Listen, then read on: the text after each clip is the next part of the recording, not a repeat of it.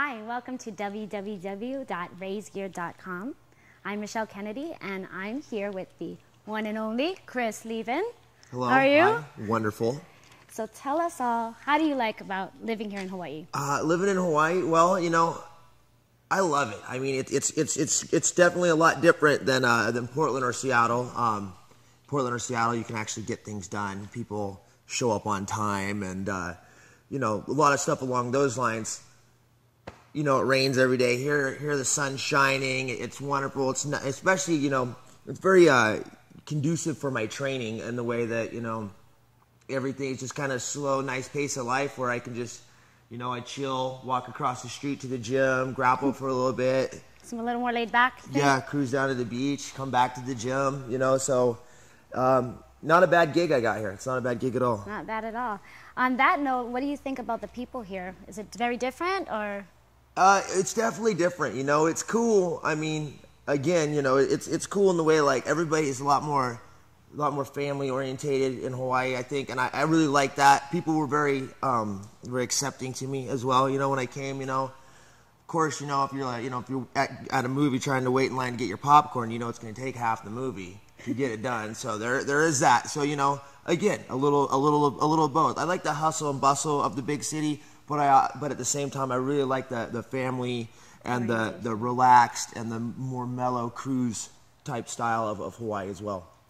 So were you shocked when you noticed how many people knew you here, even though you weren't training here? When you came here, were you shocked? Because a lot of people know you. You know, Hawaii, the Hawaiians are such huge MMA enthusiasts. It's just, I mean, it's amazing to me. Like nowhere else I've ever been. I mean, you know, again, the welcomeness I felt, you know, when I came here, everybody knew who I was. Everybody recognized me.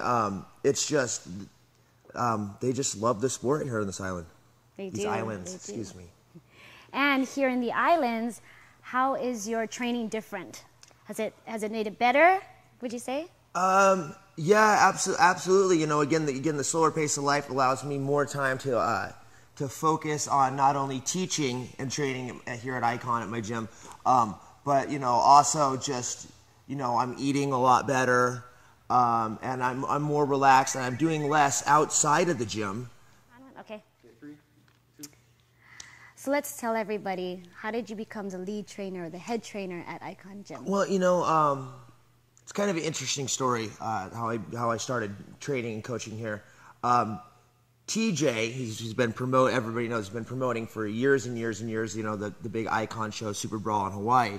Well, he's worked with my coach and known my coach, Matt Hume, for years and years. And I believe, as the story goes, TJ had mentioned to Matt he was looking for, you know, somebody to come out, you know, with a little bit of a name and a good coach to come out and train and kind of run the show here. Mm-hmm. I guess Matt gave me a good good review, because here I am.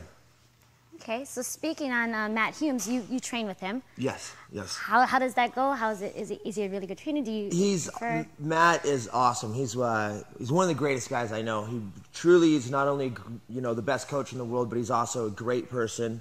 A little bit of a slave driver. I mean, if you know, sometimes it's kind of a love-hate relationship, really. You know, I mean, I love him after the fight. You know, I love the skills and the techniques I get from training with him, but he pushes me so hard all the time that, you know, I mean, for my fight coming up, I'm definitely gonna be ready. He's definitely been pushing me and whipping me into shape. So when you train with him, do you train specifically like for a certain opponent when you're training, or is it general? Like your mechanics, everything is just in general? You know, we do both. When I'm training with Matt, I like to, we focus, you know, as we get closer to a fight, obviously start specifying the game plan and then coming up, you know, with how we're going to go against a certain opponent. But at the same time, as a mixed martial artist, you know, I'm always training, you know, to make myself better and to grow as an athlete. And so to do that, you obviously have to not only just look at how to train against your opponent, but also work on the holes in your game personally. Wow. So let me ask you this. How did you get started into MMA? That's kind of an interesting story. Well, I first started at Team Quest. I did a little boxing in middle school, a little bit of I wrestled in high school, and then after that, I was getting fat and selling cars. Funny thing, my brother was getting fat and selling cars as well, and he calls me one day and he says, "Hey, there's Randy Couture and Matt Lindland are in the back of this car lot I'm working at, and they're beating the crap out of each other. You got to come down and check it out." So as soon as I heard that, I was on the way. The next day, I met Robert Follis, head coach down there, signed up, and you know, I was one of the first members at Team Quest. I was there for several years, and once I started, I think from day one, I knew that it was definitely a better avenue than selling cars. So I knew what I wanted to do. So you're going to continue doing this? This is your destiny, you think, or? Absolutely. It absolutely is. You know, hopefully I can compete for a few more years, and then I can just get old, fat, and coach people. Okay, now what if you didn't have MMA? What if you didn't have this? What would you be doing? You know what? You would be selling cars. If I didn't have this sport, I don't even want to think about what I would be doing, because it wouldn't be near as fun or near as exciting. I know that for sure.